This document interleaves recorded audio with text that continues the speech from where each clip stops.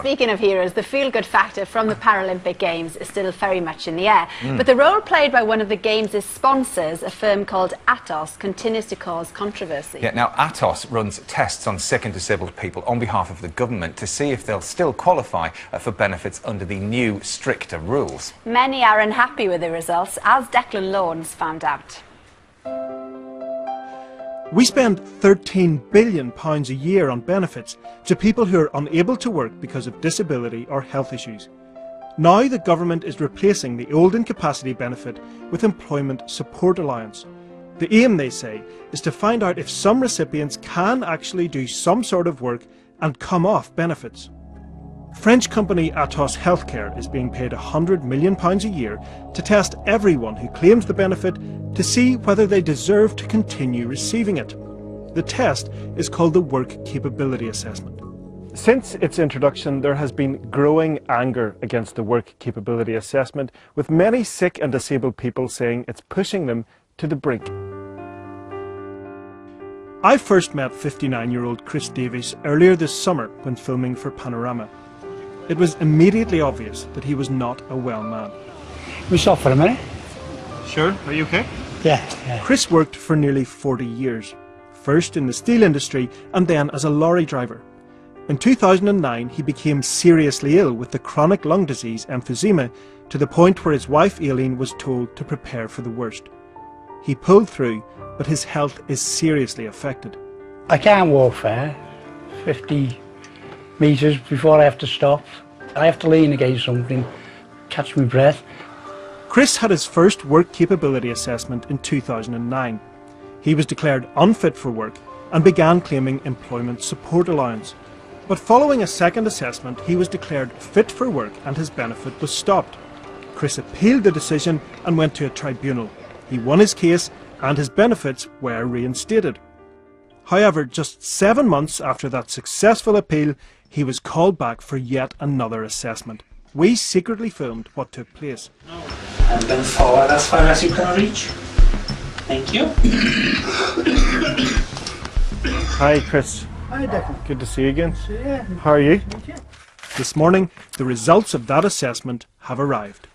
We cannot pay your employment and support allowance from the 30th of August 2012. And it says here, because after attending a medical assessment, it has been decided that you do not have any limited capability for work, which means you're fit for work. Yes. What is your reaction to that? Well, I'm shocked. It's just unbelievable. I mean, especially when he's had doctor's notes and consultant's notes to prove that he's definitely not fit for work. I thought once I won my tribunal, I thought that would have been it. But apparently it isn't. You have to go for these medical assessments every year. But Chris Davies' case is not unique. Each year there are in the region of 180,000 appeals, nearly 40% of them successful. And some think this number will only continue to rise. How big an issue is this for you at the moment? It's a huge issue. It's our number one issue. Your number one issue? Our number one issue in England and Wales. So it's a cost to the public purse, it's stress and hardship for the client, and for an overstretched Citizens Advice Bureau, it's more work. And now Atos has won a further £400 million contract to carry out assessments for a new benefit, set to replace Disability Living Allowance in 2013. This has outraged disability groups who've been demonstrating during the Paralympic Games. Ironically, one of the main sponsors of the Games was Atos. People are really angry and afraid about the new DLA assessments that will happen through Atos, because we've seen what's happened already with the incapacity benefit, which has now become the employment support allowance, and it's been quite horrific. And those of us that haven't been assessed already are certainly not looking forward to it happening now. You know, we're afraid, we're angry, and to be honest, we're disgusted that it's happening at all. People who are on Disability Living Allowance are now facing an anxious wait to see how the new assessments will play out for them. For Chris Davies, though, it's back to the citizens' advice, back to the appeals process, and back to a whole lot more distress. Well, Ade Depitan is here. First off, good job on the Paralympics covering. Nice to have you back. Thank you. Did you enjoy it? Yeah, it was amazing. It was amazing. I'm feeling a little bit down now because, you know, I've come back from the high and I wish it could go on forever. It was just so awesome. So much talking as well, slightly croaky in the voice as well. Slightly croaky. A few parties to celebrate as well. This is as close as I'll ever get to being Claire Balding.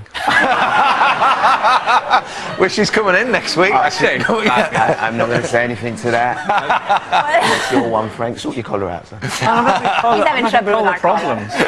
First off, Ade, tell us what Atos and the government have been saying today, then. Well, Atos is keen to stress that while it carries out the tests, it's the Department of Work and Pensions which sets the criteria and makes the decisions. Now, when asked, the DWP, why it called Chris back for a test so soon after he'd won the appeal, it said reassessments were important to prevent claimants being written off. The tests had been significantly improved in the last 2 years.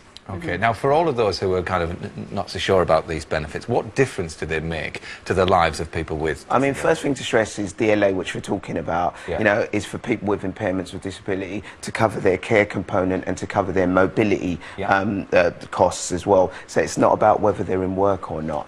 And it kind of, it helps for travel costs, you know, because not everyone can get on the buses or on the trains, and it helps for care components for people with specific care needs. Is it right to say then that some of the athletes who competed in the Paralympics might not have got there without the disability living allowance? Well, it's difficult because, I mean, speaking from my point of view, when I was trying to get into the team, you know, playing for my local team, it was quite far away, and playing for the national team was far away.